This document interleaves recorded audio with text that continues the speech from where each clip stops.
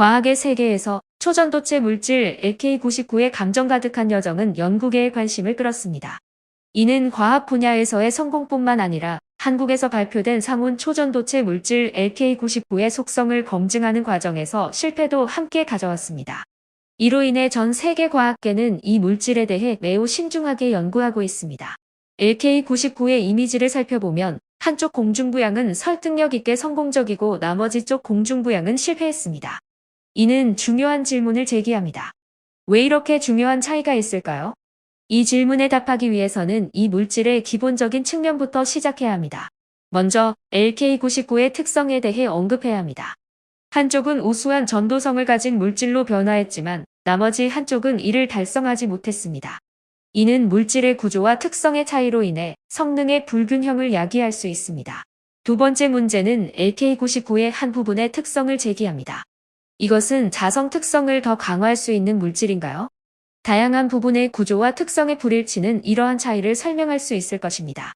마지막으로 우리는 LK99의 가능성을 고려할 수 없습니다. 일부는 혁신적인 새로운 물질이며 상온에서 새로운 특성을 가지고 있을 수 있으며 심지어는 구리의 전도 특성도 능가할 수 있는 것일까요? 이것은 분명히 과학계를 경악하게 만들 것입니다.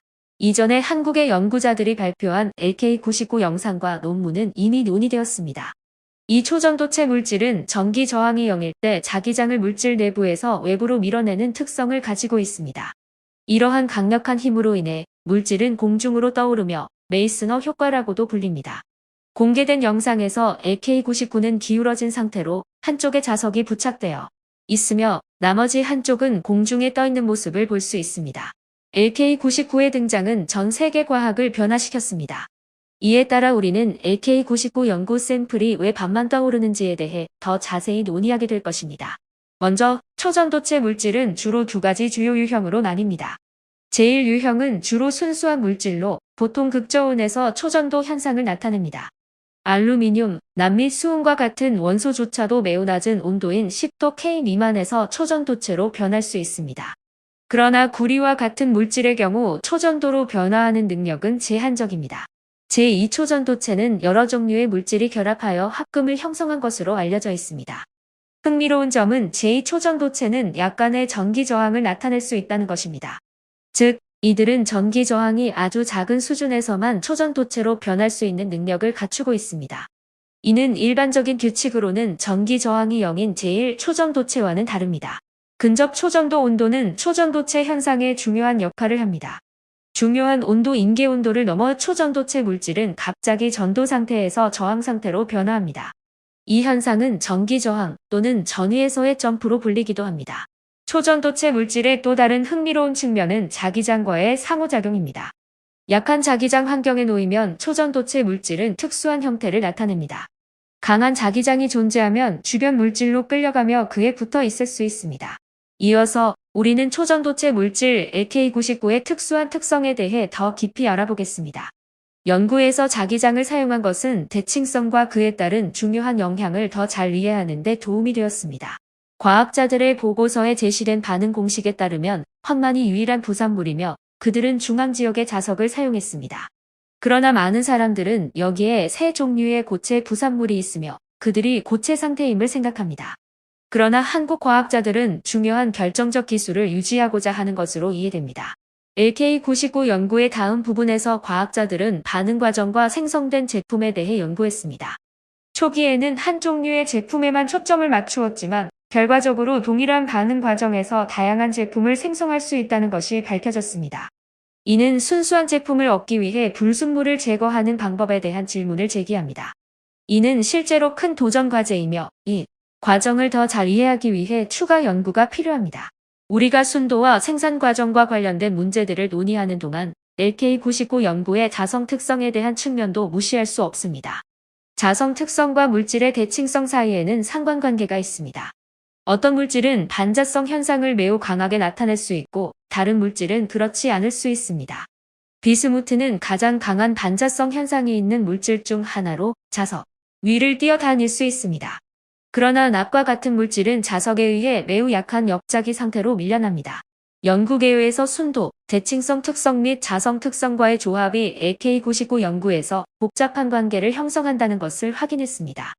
이러한 특성들은 LK99의 특별한 특성에 대한 종합적인 이해를 얻기 위해 더 많은 면을 연구해야 합니다. 마지막으로 LK99가 절반만 올라가는 이유 중 하나는 그것이 초전도체가 아니라 한국의 과학자들이 발견한 완전히 새로운 물질이기 때문입니다.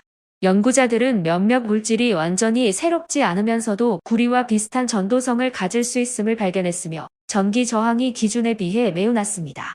이것은 새로운 기술 분야에서의 응용 가능성을 열어줍니다. 저항이 구리의 1/100 또는 1/1000 수준으로 낮다면 이는 혁신적이고 급변한 발견으로 간주되며 세계적인 기술 분야의 질서를 바꿀 수 있습니다. 중국 동남대학의 연구팀은 LK99에 대한 중요한 실험을 수행하여 영하 163도씨에서 전기 전도성이 거의 완벽하게 나타나는 다른 형태의 전도성 물질이 존재함을 확인했습니다. 이러한 발견들은 이러한 조건에서 마이스너 효과의 존재에 대한 논란을 일으켰습니다.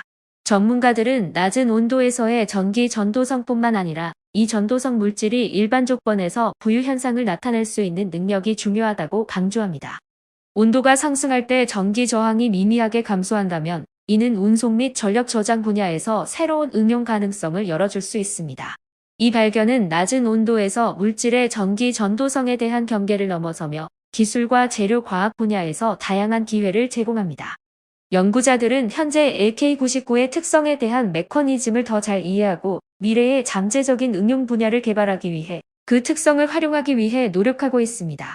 또한 미국 메릴랜드 대학교 응집물리센터인 CMTC의 최신 연구 결과는 국내 연구자들이 주장한 방법으로 LK99 초전도체의 상온에서의 발전 가능성에 대한 관점을 완전히 바꾸었습니다.